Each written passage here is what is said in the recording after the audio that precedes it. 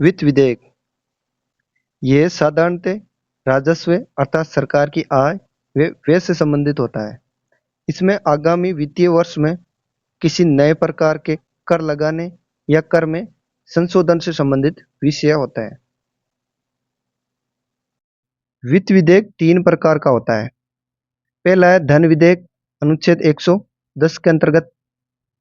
दूसरा है वित्त विधेयक प्रथम अनुच्छेद 117(1) और तीसरा है वित्त विधेयक द्वितीय अनुच्छेद 117(3).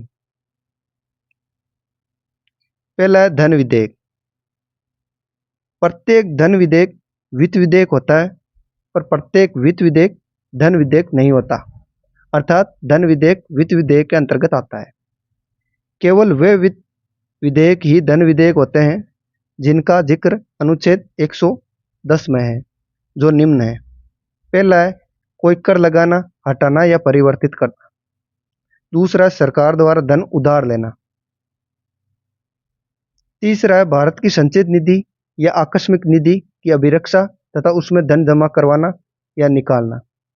चौथा है भारत की संचित निधि से धन का विनियोग। पांचवा है किसी व्यय को भारत की संचित निधि पर भारित घोषित करना।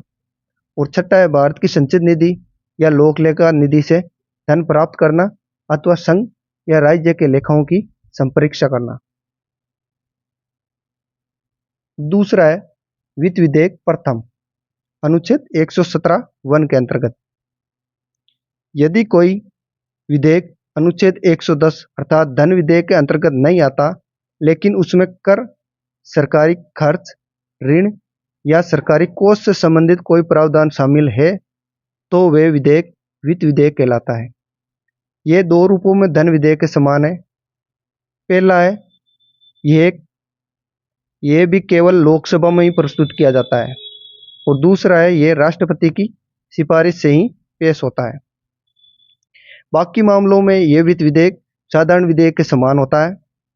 राज्यसभा इसे संशोधित कर सकती है, 6 माह तक रोक सकती है, अस्वीकार कर सकती है, इस पर संयुक्त बैठक भी हो सकती है तथा राष्ट्रपति पुनर्विचार हेतु भी लौटा सकता है। तीसरा वित्त विधेयक है वित्त विधेयक द्वितीय अनुच्छेद 117(3). इसमें भारत की संचित निधि वाले वे भारित व्यय शामिल रहते हैं जिनका संबंध अनुच्छेद 110 से न हो। ये बिल्कुल साधारण विधेयक की तरह होता है। इसे किसी भी सदन में प्रस्तुत किया जा सकता है तथा राष्ट्रपति की पूर्व अनुमति भी आवश्यक नहीं है। बस इसकी एक विशिष्टता है, ये तब तक किसी भी सदन द्वारा पारित नहीं किया जाता जब तक कि राष्ट्रपति सदन को ऐसा करने के लिए सिफारिश ना करे। ये हो गया वित्त विधेयक। धन्यवाद।